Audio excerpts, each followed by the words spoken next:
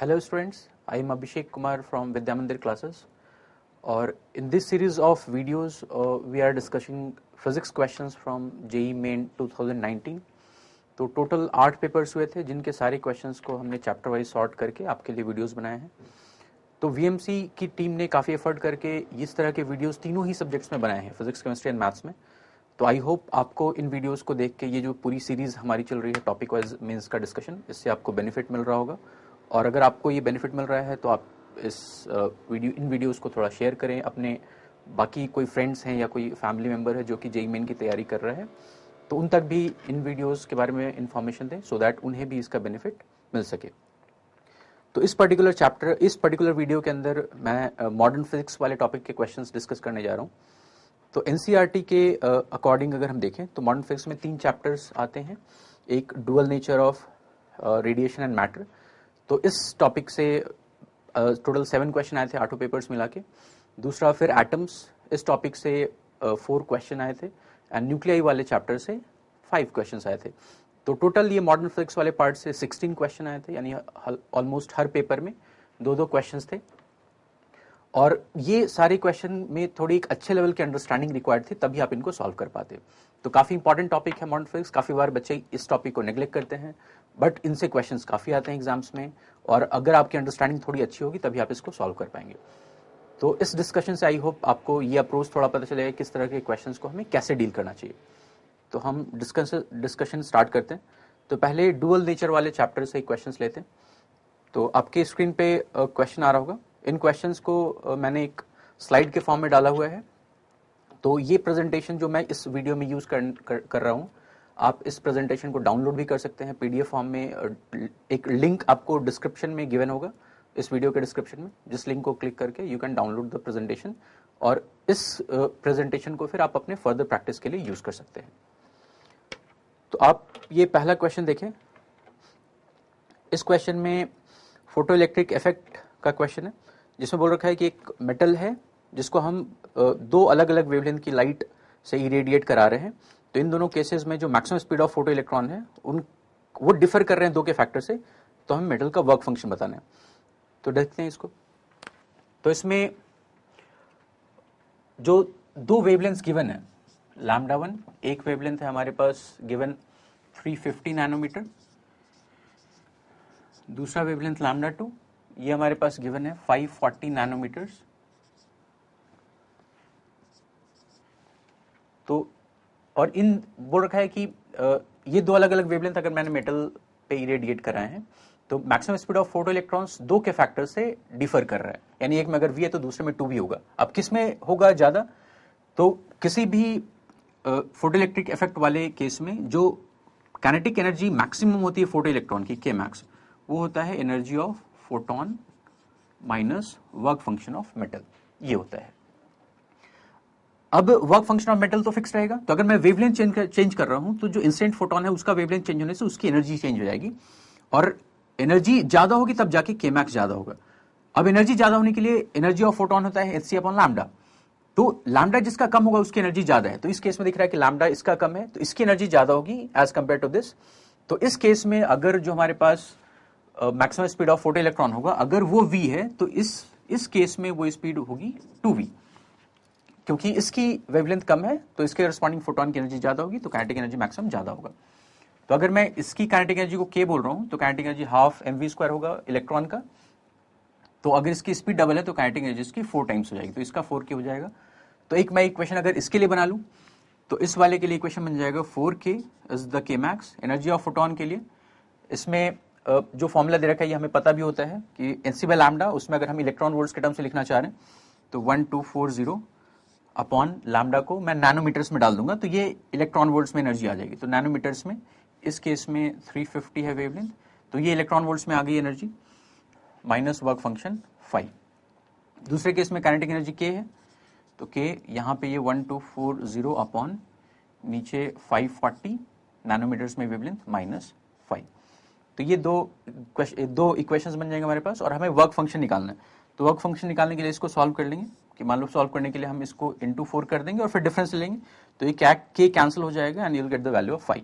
तो यहाँ से आप लोग सॉल्व करके देख लेना कि 5 के value will come out to be 1.8 88 electron volts, almost इसके बराबर आ जाएगी। तो फिर इस क्वेश्चन में हमें ऑप्शन चूज करना है which is work function of the metal is close to, तो 1.88 के सबसे क्लोज जो आंसर है दैट इज ऑप्शन 1.8। तो ये हमारा 2 ऑप्शन सही हो जाएगा। नेक्स्ट क्वेश्चन, ये थोड़ा अच्छा क्वेश्चन है।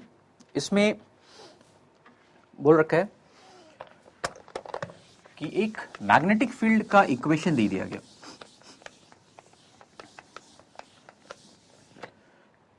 लाइट वेव है, तो लाइट वेव में जैसे हमें पता होता है कि light is electromagnetic wave, magnetic field और इलेक्ट्रिक फील्ड ऑसिलेटिंग होते हैं। तो इसमें हमें मैग्नेटिक फील्ड का इक्वेशन दे दिया गया है और बोल रहा है कि अगर मैं ये लाइट फॉल कराऊंगा सिल्वर प्लेट पे तो फिर उसकी maximum kinetic energy photo electrons की कितनी होगी।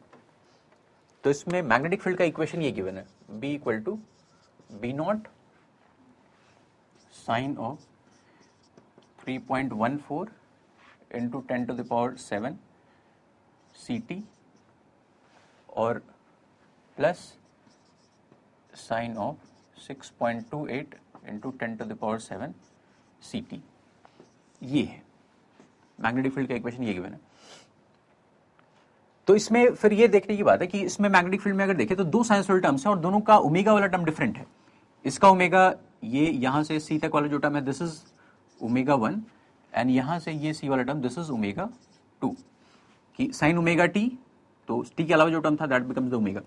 तो इस मैग्नेटिक फील्ड के इक्वेशन में 2 अलग अलग ओमेगा इन्वॉल्व है, यानी कि इस लाइट में 2 वेवलेंथ्स, 2 फ्रीक्वेंसीज इन्वॉल्व है।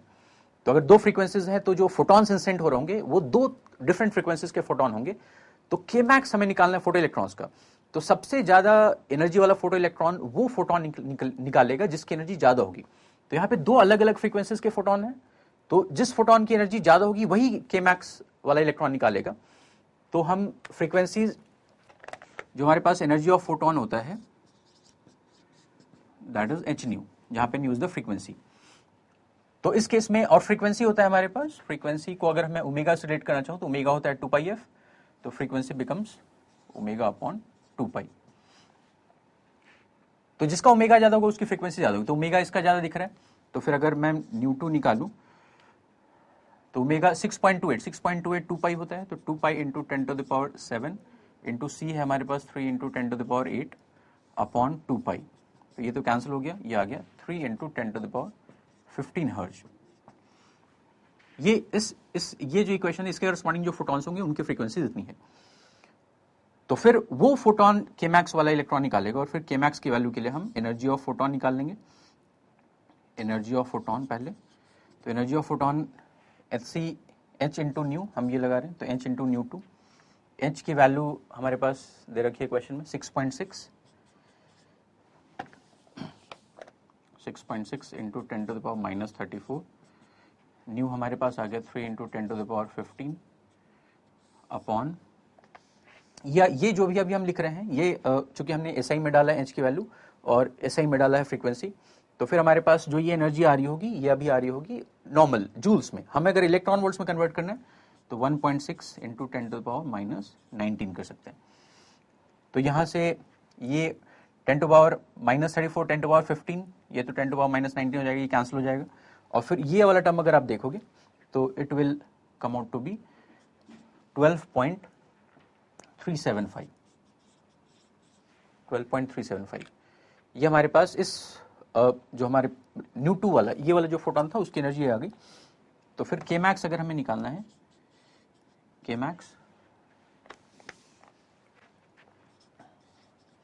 तो के मैक्स के लिए हम ये 12.375 माइनस हमारे पास वर्क फंक्शन दे रखा है मिडल का 4.7 इलेक्ट्रॉन वोल्ट, तो 4.7 माइनस कर दूंगा तो फिर ये आंसर हमारे पास आ जाएगा 7.675।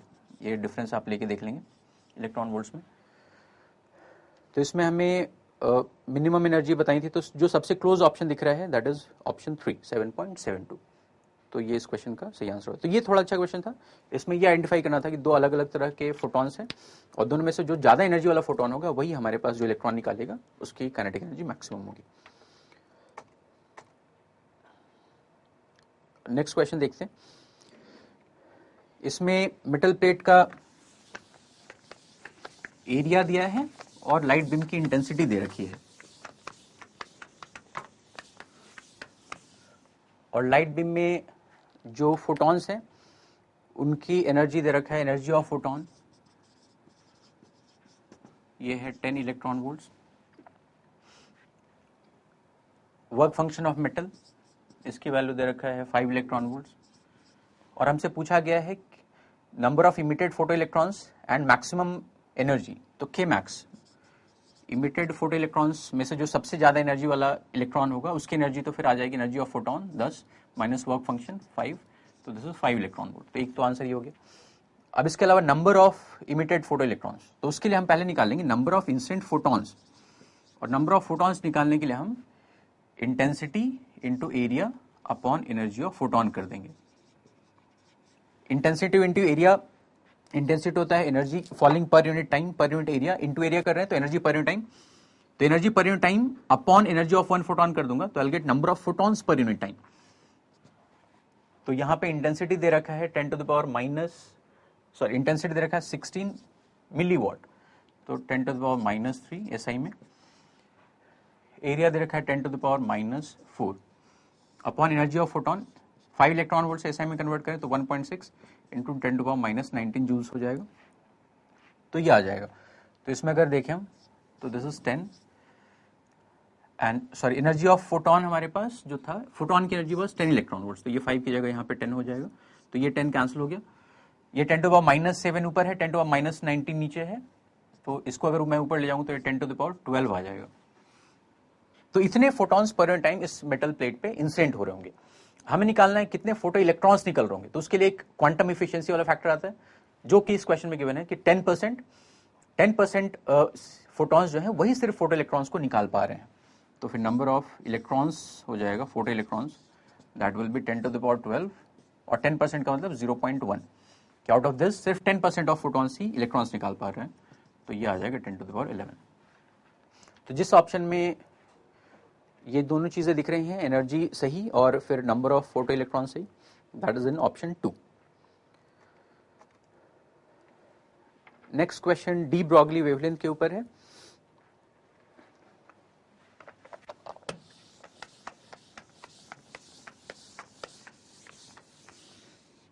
इसमें बोल रखा है कि एक इलेक्ट्रॉन का डी ब्रॉगली वेवलेंथ एक फोटॉन की वेवलेंथ से कुछ 10 टू पावर -3 टाइम्स है, तो स्पीड ऑफ इलेक्ट्रॉन बताना है। तो क्वेश्चन में ये गिवन है कि de Broglie wavelength of electron is 10 to the power -3 times, तो 10 to the power -3 times wavelength of photon. Screen आ रहा है आपके ऊपर, बोर्ड का वीडियो आ रहा है, ठीक है। तो अभी de Broglie wavelength of electron is 10 to the power -3 times wavelength of photon. अब wavelength of electron de Broglie wavelength होता है h अपॉन p, और p को हम mv लिख सकते हैं, h अपॉन p मोमेंटम, उसको हमने mv लिख लिया, is equal to 10 to power -3 times wavelength of photon. ये होता है अगर हमें इसमें फ्रीक्वेंसी दे रखा है, तो फ्रीक्वेंसी के टर्म्स में अगर हमें वेवलेंथ लिखना है तो that is speed upon v equal to lambda F होता है वेव में, तो स्पीड है लाइट का स्पीड c अपॉन, अगर हमने फ्रीक्वेंसी से डिवाइड कर दिया तो मुझे मिल जाएगा wavelength v equal to lambda into F. तो ये हमने कर दिया कि lambda is speed upon frequency. तो यहाँ से हमें मास निकालना है, स्पीड निकालना, what is the speed of electron, तो सारी की वैल्यूज डाल देते हैं, तो स्पीड आ जाएगा। h की वैल्यू हमारे पास क्वेश्चन में गिवन है 6.63 into 10 to the power -34, frequency given है 6 into 10 to the power 14 upon एक 10 टू पावर -3 था, c है, c is 3 into 10 to power 8, और मास ऑफ इलेक्ट्रॉन गिवन है क्वेश्चन में 9.1 इंटू 10 टू पावर -31। तो इसमें अगर हम ये सारी वैल्यूज डाल देंगे तो फिर हमें जो आंसर मिलेगा that will be close to 1.45 into 10 to the power 6 metre per second. सब कुछ ऐसा ही में डाला है, तो जो स्पीड आएगी वो मीटर पर सेकेंड में आएगी। तो इसमें फॉर्मूला हमें यूज करना था डी ब्रॉगली वेवलेंथ का फॉर्मूला, और फिर हमें फोटॉन्स की वेवलेंथ का formula. Correct answer is option 3। Next question में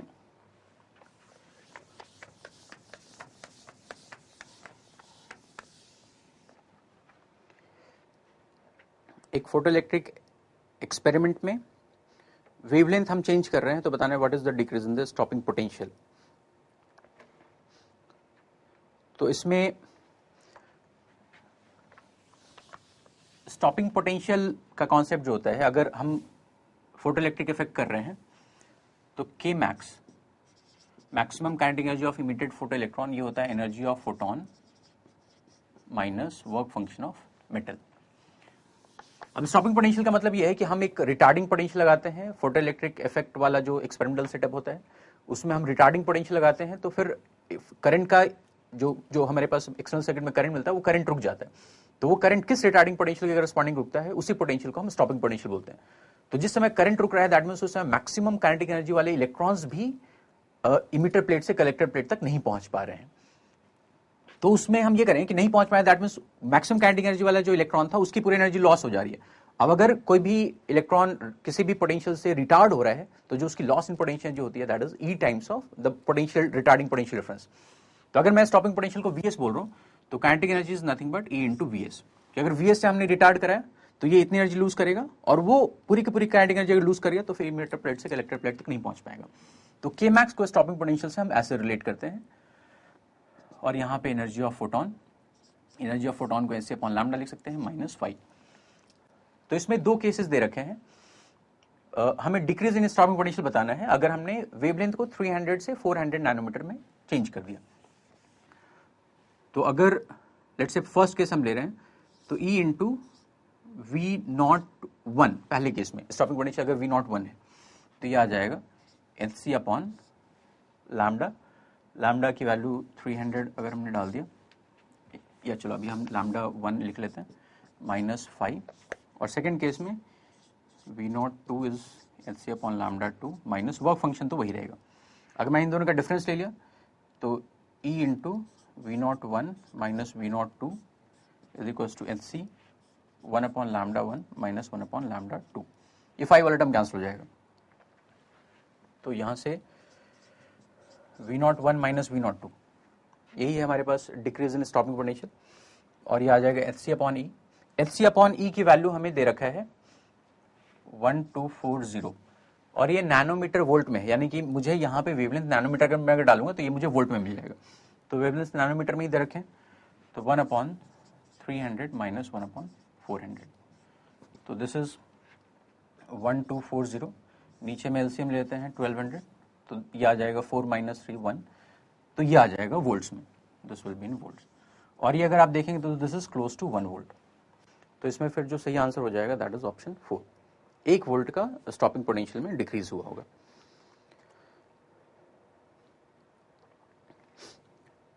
नेक्स्ट क्वेश्चन देखें। तो इसमें बोल रखा है कि हम एक पार्टिकल है मास m एंड चार्ज q, उसको एक्सलेट किया किसी पोटेंशियल डिफरेंस से। कोई एक दूसरा पार्टिकल है, उसका मास दे रखा है 4m है, चार्ज q है, और उसको हमने किसी और पोटेंशियल डिफरेंस से एक्सलेट करा रखा है। तो हमें बताना है what is the de Broglie wavelength का ratio, what is the ratio of de Broglie wavelength. तो ये क्वेश्चन देखते हैं।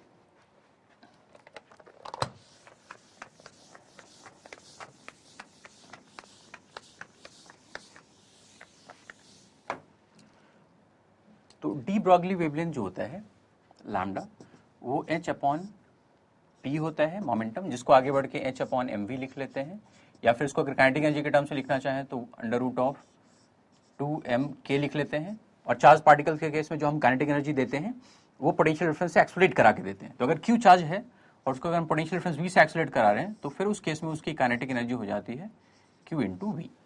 तो डी ब्रॉगली वेवलेंथ के ये सारे फॉर्मुलेस जो भी प्रॉपर क्वेश्चन में यूज होना है वो हम यूज कर सकते हैं। तो इस क्वेश्चन में एक्सलेटिंग वाला केस है तो हम ये वाला फॉर्मुला यूज कर लेते हैं। तो दोनों केस में अगर हम रेशियो देख रहे हैं, पहले केस में मास m है, चार्ज q है, दूसरे केस में मास 4m है, चार्ज q है और पोटेंशियल डिफरेंस भी डिफरेंट है। तो अगर पार्टिकल ए और पार्टिकल बी, हमें लैम्डा ए अपॉन लैम्डा बी चाहिए, तो लैम्डा ए अपॉन लैम्डा बी अगर देखेंगे तो इसमें h वाला टर्म तो कैंसिल हो जाएगा, दोनों का चार्ज सेम है तो वो भी कैंसिल हो जाएगा। ये मास और v वाला टर्म बचेगा, तो ये आ जाएगा √mb into vb upon ma into va, ये आ जाएगा। तो √mb, तो सेकंड केस में मास है 4m, फर्स्ट केस में मास था m, तो ये 4 आ गया। सेकंड केस में एक्सीलरेटिंग वोल्टेज है 2500 वोल्ट, फर्स्ट केस में 50 वोल्ट्स, तो ये यहाँ पे एक आ जाएगा 50 और 2500, यानी कि हमने 50 टाइम्स कर दिया है, तो ये आ जाएगा। दिस इज रूट ऑफ 200 यानी 10√2। तो 10√2 का मतलब इसमें जो ऑप्शन दे रखा है वो 14.14 हो जाएगा। So correct option will B option 1। Next case again stopping potential का क्वेश्चन है।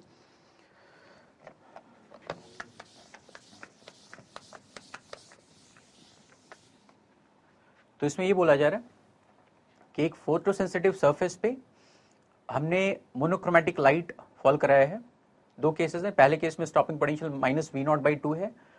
अगर हम जो सरफेस पे लाइट यूज कर रहे हैं उसकी फ्रीक्वेंसी हमने μ/2 कर दिया तो स्टॉपिंग पोटेंशियल चेंज हो गया। थ्रेशोल्ड फ्रीक्वेंसी बताना। तो फर्स्ट केस में अगर मैं इक्वेशन बनाऊं, अभी जो थोड़ी देर पहले क्वेश्चन किया था कि E इंटू स्टॉपिंग पोटेंशियल, ये Kmax था, that is energy of photon -5, ये हम इक्वेशन यूज कर रहे हैं।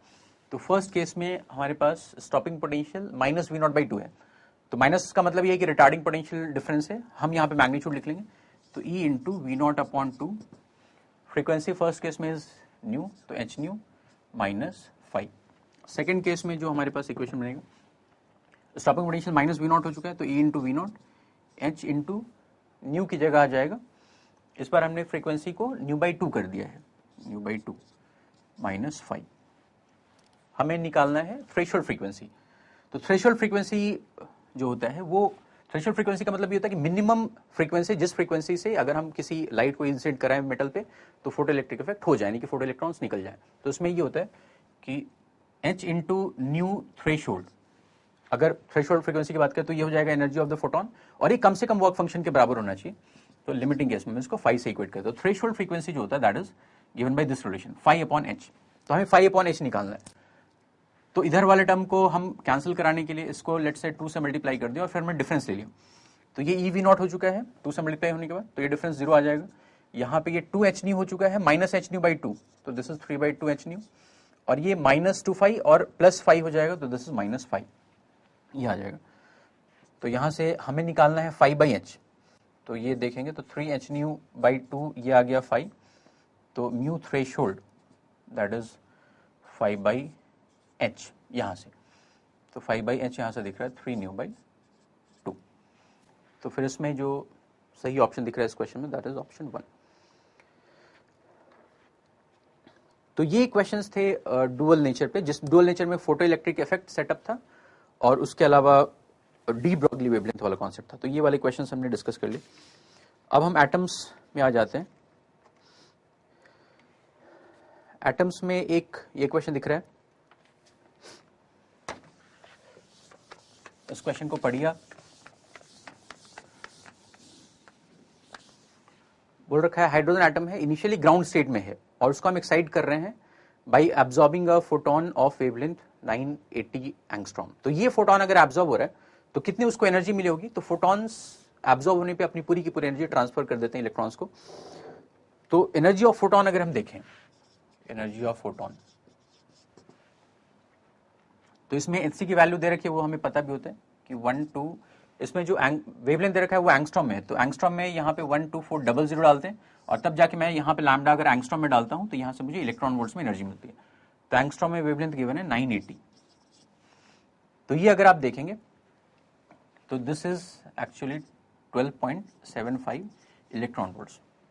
ये एनर्जी था फोटोन के पास, और फोटोन अगर हाइड्रोजन एटम ने फोटोन को एब्जॉर्ब किया है तो इलेक्ट्रॉन को इतनी एनर्जी मिली होगी। अब ये एनर्जी थोड़ा अगर ऑब्जर्वेशन से देखो तो this is energy difference between two orbits. Hydrogen में फर्स्ट ऑर्बिट में एनर्जी होती है, हाइड्रोजन एटम ग्राउंड स्टेट में था तो पहले इनिशियल एनर्जी जो होगी दैट इज -13.6 इलेक्ट्रॉन वोल्ट्स। और अगर थोड़ा सा ऑब्जर्वेशन से देखें तो फोर्थ ऑर्बिट में जो एनर्जी होती है वो -13.6 अपॉन 4 का स्क्वायर 16 इलेक्ट्रॉन वोल्ट्स, ये 0.85 इलेक्ट्रॉन वोल्ट्स आता है। तो ये वैल्यूज हमें याद भी रहती है। और इन दोनों का अगर हम डिफरेंस देखेंगे,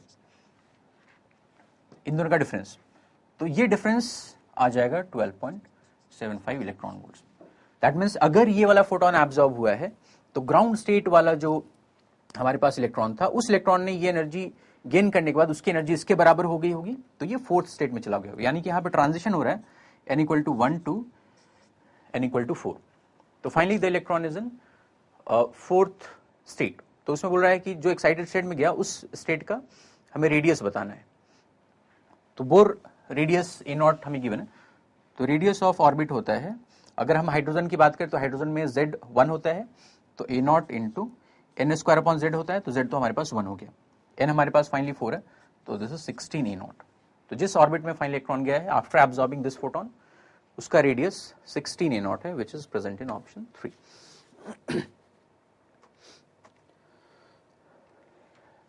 इसके बाद नेक्स्ट क्वेश्चन फिर से ट्रांजिशन के ऊपर है।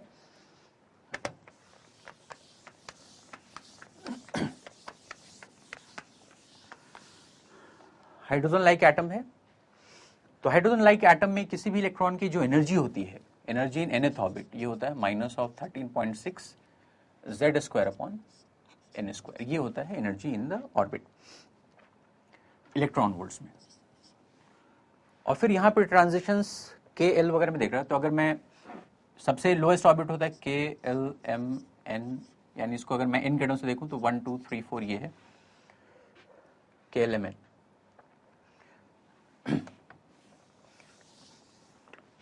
तो अब इसमें पहले केस में बोल रखा है कि इलेक्ट्रॉन जंप कर रहा है from M shell to L shell, M to L। तो M टू L का मतलब है 3 to 2। तो इस केस में जो हमारे पास इमिटेड वेवलेंथ दे रखा है उस लैम्डा, उसको अगर हम रिलेट कर एनर्जी में, तो ये आ जाएगा -13.6 Z स्क्वायर, तो बाहर आएगा 1 upon 3 square minus 1 upon 2 square. ये एनर्जी डिफरेंस हो जाएगा, and this will be equal to Hc upon lambda. Proper units में अगर मान लो यहाँ पे इलेक्ट्रॉन वोल्ट्स में है, तो Hc अपॉन लैम्डा को अगर 1240 डालूंगा तो यहाँ से लैम्डा आ जाएगा नैनोमीटर्स में, अगर 12400 डालूंगा तो लैम्डा आ जाएगा एंगस्ट्रॉम में। तो प्रॉपर यूनिट्स के साथ लेट्स से अगर डालें, इस बार तो हमें एनीवेज रेशियो ले लेंगे तो फिर फर्क नहीं पड़ेगा। दूसरे केस में जो ट्रांजिशन है वो बोल रखा है कि if the electron jumps from N shell to L shell, तो N से L में ट्रांजिशन हुआ है, यानी कि 4 से 2 में। तो 4 से 2 में जो ट्रांजिशन हुआ उसमें जो एनर्जी डिफरेंस आ जाएगा -13.6 Z square 1 upon 4 square minus 1 upon 2 square is equals to Hc upon lambda dash. Let's say lambda dash मान लिया, तो हमें यही लैम्डा डैश निकालना है। तो मैंने दोनों का अगर रेशियो ले लिया, और रेशियो लेने से पहले इस लेट्स से माइनस साइन को अंदर भेज दिया, सो दैट अभी ये टर्म नेगेटिव और पॉजिटिव बन जाए। तो ये आ जाएगा 1/4 माइनस 1/9, ऊपर में आ जाएगा, नीचे में आ जाएगा 1 इसमें माइनस अंदर भेज दिया, तो 1/4 minus 1/16 is equals to lambda dash upon lambda, ये आ रहा है। तो इसमें 9 माइनस 4 ये 5 हो जाएगा, तो 5 अपॉन 4 इंटू 9, यहाँ पे 16 इंटू 4 ऊपर चला जाएगा, 16 इंटू 4 अपॉन नीचे आ जाएगा 16 minus 4 is 12 is equals to lambda dash upon lambda. तो यहाँ से अगर देखें तो 4 कैंसिल हो गया, ये 3 और ये 4, तो lambda dash will come out to be this is 20 upon 27 times lambda. तो ये हमारा आंसर हो जाएगा। ट्रांजिशन में वेवलेंथ के ऊपर ये क्वेश्चन था। नेक्स्ट क्वेश्चन, एक पार्टिकल दे रखा है, एक सर्कुलर ऑर्बिट में घूम रहा है, और जिसका पोटेंशियल फील्ड दे रखा है, सेंट्रल पोटेंशियल फील्ड।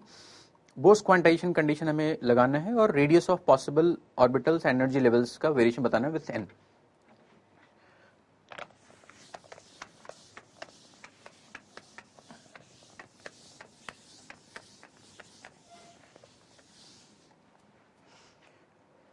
तो पोटेंशियल फील्ड दे रखा है, U दे रखा है 1/2kr स्क्वायर।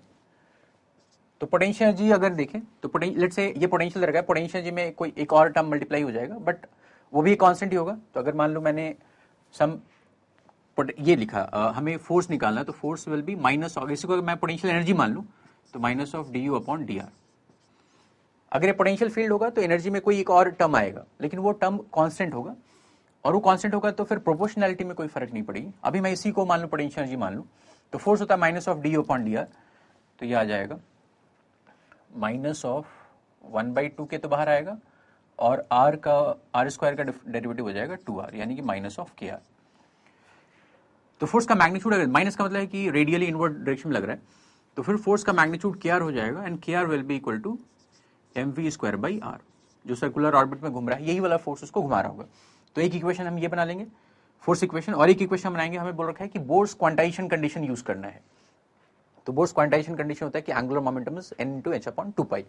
तो हमने ये बोल दिया M V R is N H upon N into H upon 2 pi. तो इन दोनों को अगर हम यूज करके प्रोपोर्शनैलिटी देखें, तो मान लो मैंने इस इक्वेशन को स्क्वायर कर लिया, हमें निकालना है आर की प्रोपोर्शनैलिटी पहले, तो इसको स्क्वायर करके हम वी स्क्वायर की जगह यहां से डाल देंगे, तो ये आ जाएगा एम स्क्वायर, वी स्क्वायर की जगह यहां से डाला तो that is K R square upon M, और इनटू यहाँ पे वी स्क्वायर हमने स्क्वायर कर दिया है, इधर भी स्क्वायर किया है, तो ये आ जाएगा N square H square upon 4 pi square. Sorry, यहाँ पे ये आर स्क्वायर था, एम स्क्वायर, वी स्क्वायर को हटा दिया और आर स्क्वायर, तो यहाँ पे आर स्क्वायर। तो ये दिख गया कि बाकी सारे टर्म तो कांस्टेंट है, तो आर की पावर 4 यहाँ से आ रहा है, that is proportional to N square. तो यहाँ से हमें एक प्रोपोर्शनलिटी दिख रहा है कि R is proportional to root N. तो एक हमें आर की प्रोपोर्शनैलिटी बतानी थी और एक एनर्जी की प्रोपोर्शनैलिटी बतानी। तो एनर्जी में काइनेटिक एनर्जी और पोटेंशियल एनर्जी दोनों का एडिशन हो जाएगा। तो काइनेटिक एनर्जी अगर हम देख रहे हैं तो ये half M V square, V square की जगह यहां से अगर डाला तो half M V square is K R square upon M. तो ये kinetic energy half K R square आ गया। पोटेंशियल एनर्जी भी हाफ के आर स्क्वायर है, तो फिर टोटल एनर्जी विल बी इन दोनों का addition which is K R square. तो R is proportional to root N, तो K R square will be proportional to n, तो energy is proportional to n. तो इसमें जो ऑप्शन आर और ई दोनों की सही प्रोपोर्शनैलिटी दिखा रहे हैं, that is present in option 1। Next ये क्वेश्चन देखते हैं। इसमें बोल रखा है कि एक एक्सपेरिमेंट है जिसमें हमने इलेक्ट्रॉन को पास कराया है मरकरी वेपर से, और इलेक्ट्रॉन एंटर कर रहा है 5.6 इलेक्ट्रॉन वोल्ट एनर्जी से और बाहर निकल रहा है 0.7 इलेक्ट्रॉन वोल्ट एनर्जी से। तो जो भी इलेक्ट्रॉन की एनर्जी में लॉस हुआ है वो फिर इस हमारे पास जो एटम मरकरी के एटम से उन्होंने ये एनर्जी एब्जॉर्व कर लिया होगा। तो ये एनर्जी एब्जॉर्व कर अगर फोटोन निकल रहा है तो मिनिमम वेवलेंथ ऑफ फोटोन का मतलब मैक्सिमम एनर्जी ऑफ फोटोन क्या होगा। तो जितनी भी एनर्जी एब्जॉर्व हो रही है मैक्सिमम इतनी ही एनर्जी फोटोन लेके निकल सकता है। तो इस केस में एक सिंपल सा फॉर्मूला कि एनर्जी ऑफ फोटोन हो जाएगा जो भी एनर्जी इलेक्ट्रॉन की एब्जॉर्व हुई है। 5.6 से एंटर हुआ था और 0.7 से बाहर निकला, तो ये 4.9 इलेक्ट्रॉन वोल्ट्स ये हमारे पास फोटोन की एनर्जी हो गई, उस फोटोन की जिसका वेवलेंथ सबसे कम है, इतना ही मिनिमम हो सकता है। तो फिर उसका वेवलेंथ निकालने के लिए लैम्डा इज 1240 अपॉन 4.9। अगर मैं ये करता हूं तो ये इससे आंसर आ जाएगा नैनोमीटर्स में, कि एनर्जी लिखने के लिए 1240 अपॉन लैम्डा नैनोमीटर्स करते हैं। तो अगर लैम्डा लिखना है तो यहाँ पे ये इलेक्ट्रॉन वोल्ट्स, यहाँ पे लैम्डा नैनोमीटर्स में आ जाएगा। तो ये हमें इसमें कैलकुलेशन अगर देखो तो एक रफ कैलकुलेशन अगर कर ले तो इसमें अगर इसको मैंने 5 मान लिया, तो इसको अगर मैं 5 मानूंगा तो 250 के आसपास ये बनेगा। तो इसमें वही आंसर फिर 250 नैनोमीटर्स के आसपास, थोड़ा सा उससे ज्यादा होगा, बट अगर हम एक रफ कैलकुलेशन कर रहे हैं तो ये रफली 250 नैनोमीटर्स के आसपास आएगा। तो इसमें यही ऑप्शन सबसे क्लोज था। अब हम आ जाते हैं न्यूक्लियाई वाले पार्ट में। तो न्यूक्लियाई वाले पार्ट में जो क्वेश्चंस होते हैं वो रेडियो एक्टिविटी के ऊपर मेनली होते हैं। तो ये हमने ये फर्स्ट क्वेश्चन देखो आप अपनी स्लाइड पे, इस पार्ट का रेडियो एक्टिव मटेरियल है, उसका एक्टिविटी दो मटेरियल है, दो रेडियो एक्टिव मटेरियल है, एक मटेरियल ए है और एक मटेरियल बी है। दोनों की एक्टिविटी दे रखा है और दोनों का नंबर ऑफ न्यूक्लियाई में रिलेशन बोल दिया है। तो फिर हमें दोनों की हाफ लाइफ बतानी कि क्या हो सकता है करेक्ट चॉइस हाफ लाइफ का। तो इसमें एक रिलेशन तो ये दिख रहा है कि एक्टिविटी ए वाला जो मटेरियल है उसकी एक्टिविटी 10 है मिली क्यूरी, और बी वाला जो उसका 20 मिली क्यूरी है। यानी कि एक्टिविटी को अगर मैं आर से रिप्रेजेंट कर रहा हूं तो आरबी इस क्वेश्चन में दिख रहा है कि that is twice of R A. एक 20 है आरबी और आर ए है 10, और फिर बोल रहा है कि ए के पास twice the number of nuclei थे एज द सैंपल बी, यानी N A is equals to twice of N B. तो ये दो रिलेशन हैं। अब एक्टिविटी होता है किसी भी सैंपल का R is lambda into N, lambda into N. तो यहां से अगर मैं इस रिलेशन में देखूं आर बी को मैं lambda B into N B लिख लूं, इस रिलेशन में डाल रहा हूं। ट्वाइस ऑफ आर ए को मैं lambda A into N A लिख लूं। अब यहां से N A was twice of N B, तो यहां पे एन बी है, यहां पे एन ए है, तो इसको अगर मैं कैंसिल करना चाहूं तो ये 2 से कैंसिल हो जाएगा। तो यहां से आ रहा है lambda B is 4 times lambda A. तो टी हाफ में जो रिलेशन होगा, टी हाफ होता है T half, this is ln 2 upon lambda. तो T half of B will be ln 2 upon lambda B. Lambda B को अगर मैं 4 टाइम्स लैम्डा ए लिख दूं तो ये हो जाएगा ln 2 upon 4 times of lambda A, और ln 2 upon lambda A will be half life of A. तो यहां से आ जाएगा T half of B is T half of A upon 4। तो हमें इस तरह का ऑप्शन चाहिए जिसमें बी का हाफ लाइफ ए वाले का हाफ लाइफ का 1/4 होना चाहिए। तो ये फिर एक ही ऑप्शन में दिख रहा है, दैट इज ऑप्शन 4, कि ए का अगर 20 है तो बी का 5 है, विच इज 1/4 ऑफ 20। तो ये इसका सही आंसर हो जाएगा। नेक्स्ट क्वेश्चन में अगेन एक्टिविटी यूज हो रहा है।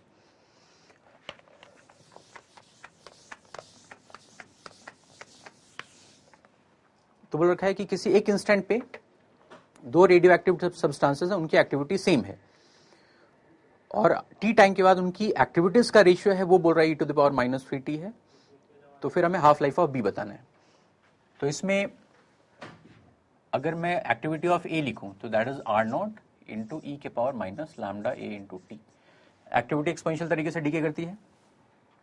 आर बी अगर लिख रहा हूं तो ये इनिशियल इसकी एक्टिविटी भी वही थी जो ए की एक्टिविटी थी, तो r0 into e⁻ of lambda B into T. तो अगर मैं R B upon R A ले लूं, R B upon R A, तो ये आ रहा है r0 वाला तो कैंसिल हो जाएगा, ये आ जाएगा e⁻ ऑफ लैम्डा बी, और ये नीचे था तो इसको अगर मैं ऊपर ले जा रहा हूं, या फिर चलो एक स्टेप और लिख लेते हैं, e⁻ lambda B into T upon e⁻ of lambda A into T. तो ये आ जाएगा e⁻ of lambda B plus lambda A into T, ये बन जाएगा। तो बोल रखा है कि ये e⁻³ था, यानी ये वाला जो है this is minus of lambda B plus lambda A, ये हम देख रहे हैं। माइनस ये ऊपर ले गया तो यहां पे प्लस आ गया, तो this is given as e⁻³ था, यानी ये वाला पूरा टर्म -3 है, तो दिस इज -3। अब लैम्डा हाफ लाइफ में अगर हम रिलेशन देख रहे हैं तो हाफ लाइफ में आ जाएगा लैम्डा को अगर मैंने ln 2 अपॉन हाफ लाइफ लिख लिया तो ln 2 upon half life of B plus ln 2 upon half life of A is equals to 3। और हाफ लाइफ ऑफ ए दे रखा है ln 2 है, तो इसमें यहां पे -3 है, तो मैं इस टर्म को इधर ले आऊं और इसको इधर भेज दूं, तो ln 2 अपॉन टी है, ये वाला जो टर्म है हाफ लाइफ ऑफ ए बोल रखा है कि that is ln 2, half life of A is ln 2, तो ये वाला टर्म फिर 1 बन जाएगा, ये इधर आएगा तो फिर ये हमें 1 + 3 will become 4 and this is ln 2 upon half life of B. तो हाफ लाइफ ऑफ बी हो जाएगा ln 2 अपॉन 4। तो इसमें जो करेक्ट ऑप्शन हो जाएगा दैट विल बी ऑप्शन 4। तो एक्टिविटी से क्वेश्चंस दिख रहे हैं, तो एक्टिविटी का हमें जो पास फॉर्मूला होता है एक्टिविटी एक्सपोनेंशियल तरीके से डिके करता है, वो फॉर्मूला इसमें हमें यूज करना था। Next question is again on activity count rate. Count rate का मतलब होता है कि नंबर ऑफ डिकेज पर सेकंड, तो नंबर ऑफ डिकेज पर सेकंड को ही हम एक्टिविटी बोलते हैं। तो फिर इसमें एक्टिविटी का ही फॉर्मूला यूज होना है।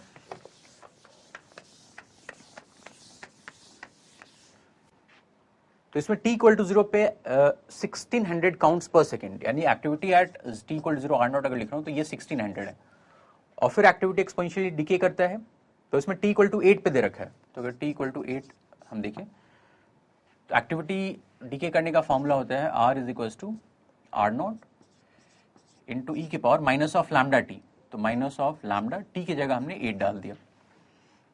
और यहाँ पे आर हमें क्वेश्चन में दे रखा है कि टी इक्वल टू 8 सेकंड पे इट वाज 100, तो ये आर की वैल्यू हमें 100 पता है। अब टी इक्वल टू 6 पे हमें बताना है, टी इक्वल टू 6 पे ये एक्टिविटी कितनी हो जाएगी, ये हमें क्वेश्चन में पूछा गया। तो इसको अगर मैं आर मान लूँ तो दिस इज 1600 इंटू ई के power minus of lambda into T की जगह हमने 6 डाल दिया। तो अगर मैं दोनों का रेशियो ले लूँ आर अपॉन 100 तो ये आ जाएगा 600 कैंसिल हो जाएगा, ई के power minus of 6 lambda upon e के पावर माइनस ऑफ 8 लैम्डा, तो ये ऊपर जाएगा तो ये बन जाएगा ई के पावर 2 लैम्डा। अब ई के पावर 2 लैम्डा कितना है, तो यहां से हम देख सकते हैं इस वाली इक्वेशन से कि इसको अगर इधर ले आऊं तो ई के पावर 8 लैम्डा आ जाएगा और इधर आ जाएगा 16, ई के पावर 8 लैम्डा इज 16, तो फिर ये है ई के पावर 2 लैम्डा का पावर 4 है 16, तो यहां से ई के पावर 2 लैम्डा दिख रहा है कि दैट इज 16 का पावर 1/4 इज 2, तो ये हमारे पास 2 आ गया, तो यहां से आर की वैल्यू आ गई 200। तो टी इक्वल टू 6 सेकेंड्स पे जो काउंट होगा डिसइंटीग्रेशन का काउंट, तो वो हो जाएगा 200 पर सेकेंड। तो option will B option 2। Next question ये बाइंडिंग एनर्जी के ऊपर है। एक न्यूक्लियर फ्यूजन रिएक्शन दे दिया है,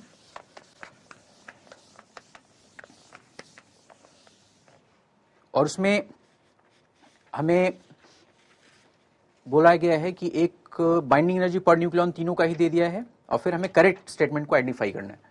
रिएक्शन ये है, any 20 going into 2He4 plus C12, ये न्यूक्लियर रिएक्शन है। बाइंडिंग एनर्जी पर न्यूक्लियन इसका दे रखा है 8.03 सारे मेगा इलेक्ट्रॉन वोल्ट्स में,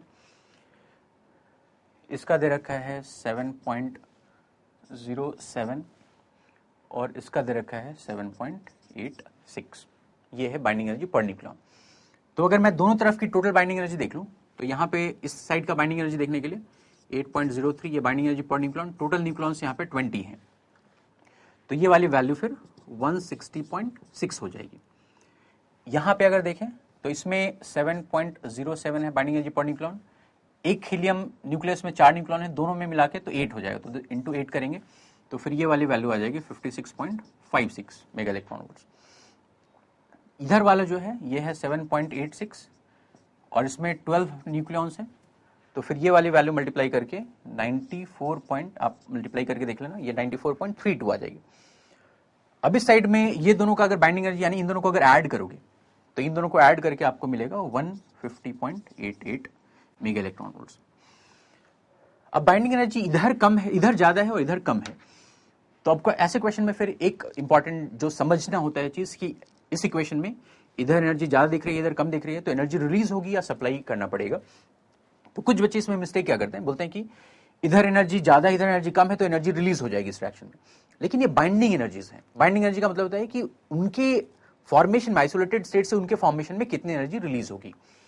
दैट मीन्स हमारे पास जितने भी टोटल नंबर ऑफ न्यूक्लियॉन्स है टोटल 20 न्यूक्लियॉन्स है, तो अगर ये 20 न्यूक्लियॉन्स ये वाला न्यूक्लियस बनाते तो फिर इतनी एनर्जी रिलीज होती आइसोलेटेड स्टेट से ये बनने में, और अगर वो 20 न्यूक्लियॉन्स ये दोनों बनाते तो इतनी एनर्जी रिलीज होती, यानी ये बनने में कम एनर्जी रिलीज हो रही है। यानी अगर ये दोनों कंबाइन होके ये बन जाता रिएक्शन, तो फिर जो और बची हुई एनर्जी और रिलीज होनी थी वो और रिलीज हो जाती, तो difference of energy would have been released अगर ये रिएक्शन इधर से इधर की तरफ हो रहा होता तो।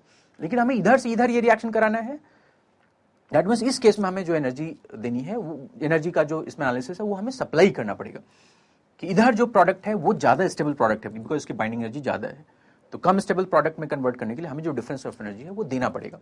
अब ये डिफरेंस है कितना, तो ये डिफरेंस अगर आप देखोगे दिस माइनस दिस, तो ये 9.72 का डिफरेंस है, तो 9.72 मेगा इलेक्ट्रॉन वोल्ट ये एनर्जी हमें सप्लाई करनी पड़ेगी। लेकिन फिर ये वाला फिगर हमें किसी भी ऑप्शन में नहीं दिख रहा है, तो जैसा इस बार मेंस में काफी सारे ऐसे क्वेश्चन थे जिसमें जो एग्जैक्ट फिगर आता है कैलकुलेशन करके वो ऑप्शन में था ही नहीं, तो ऐसे क्वेश्चंस में फिर हम जो सबसे क्लोजेस्ट ऑप्शन है वो चूज कर लेंगे। तो यहाँ पे दो ऑप्शन में तो रिलीज है, तो रिलीज वाला तो ऐसे ही खत्म हो जाएगा। सप्लाइड में 9.72 के जो सबसे क्लोज है that is 11.9 as compared to 12.4, तो फिर हमारा option will be fourth option. वैसे एग्जैक्ट वैल्यू अगर जो फिगर इसमें दे रखा है सारी वैल्यूज उसके करस्पॉन्डिंग 9.72 होनी चाहिए थी, लेकिन एनर्जी सप्लाई करना पड़ेगा, दैट इज क्लियर। एक ये क्वेश्चन, रेडियो एक्टिव डीके, तो ये तो एक सिंपल सा क्वेश्चन है। हमारे पास इनिशियल न्यूक्लियस है थोरियम का, थोरियम 90 और 232, ये थोरियम का न्यूक्लियस है। और एंड न्यूक्लियस कुछ बन रहा है X, इसका हमें Z और E पता करना है। और क्वेश्चन में हमें ये बोला गया है कि 6 अल्फा पार्टिकल्स, कि इससे ये बनने तक 6 अल्फा पार्टिकल्स और 4 बीटा पार्टिकल्स इमिट हुए हैं। 6 अल्फा पार्टिकल्स हीलियम न्यूक्लियस होता है 2-4, और बीटा पार्टिकल्स वैसे दो तरह के बीटा पार्टिकल्स होते हैं, beta minus and beta plus. लेकिन अगर कुछ नहीं क्वेश्चन में लिखा गया, सिर्फ बीटा पार्टिकल लिखा गया, तो बाय डिफॉल्ट हमेशा हम बीटा माइनस पार्टिकल लेंगे, इलेक्ट्रॉन्स का इमिशन वाला रिएक्शन लेंगे। तो यहां पे मैं बीटा माइनस पार्टिकल लूंगा, तो बीटा माइनस पार्टिकल में -1 और ये 0 हो जाएगा। और ये हमें बोल रखा है 4 इमिट हुए। तो फिर इसका ए और जेड, तो हम ऊपर और नीचे बैलेंसिंग देख लेते हैं। तो ऐसे ऊपर वाला बैलेंसिंग में इसका कोई रोल नहीं है, तो यहाँ पे 6 × 24 है और यहाँ पे 232 है, दैट मीन्स ये 24 कम होगा। तो फिर 232 से 24 कम होके जो हमें आंसर मिलेगा दैट विल बी 208। तो एक तो ये हो जाएगा ए की वैल्यू, 232 से हमें 6 × 4 24 ये घटाना था। इधर नीचे वाला देखें तो यहाँ पे 6 × 2 12 है, लेकिन यहाँ पे -4 और है, यानी 8 का डिफरेंस है। तो यहाँ पे 90 अगर है तो यहाँ पे Z जो होगा वो 8 कम होगा, तो 8 कम होके इट विल बी 82। तो इसमें फिर जो सही ऑप्शन दिख रहा है 208 और 82, दैट इज इन ऑप्शन 3। तो ये सारे क्वेश्चंस मॉडर्न फिजिक्स से आए थे इस जनवरी मेंस के जो 2019 मेंस के जनवरी सेशन में, टोटल 8 पेपर्स मिला के। तो हमने इसका एनालिसिस किया। इंपॉर्टेंट टॉपिक है मॉडर्न फिजिक्स, काफी बार बच्चे इसको निगलेक्ट करते हैं, बट अगर इसको, और क्वेश्चंस इसमें बहुत ईजी नहीं आते हैं, थोड़ी सी अंडरस्टैंडिंग रिक्वायर्ड होती है। तो आई होप कि ये वाला वीडियो देख के आपको ये पता चला होगा कि किस किस टॉपिक के क्वेश्चंस आ रहे हैं और फिर उनको अप्रोच हमें कैसे करना चाहिए एग्जाम के अंदर। तो आई होप ये वीडियो देख के आपको बेनिफिट हुआ होगा। और अगर आपको ये वीडियो वाली सीरीज अच्छी लग रही है तो आप विद्यामंदिर क्लासेस के यूट्यूब चैनल को सब्सक्राइब करें, सो दैट और भी जो भी आगे हम वीडियोस बनाएंगे वो आप तक पहुंचता रहे। Thanks for watching the video.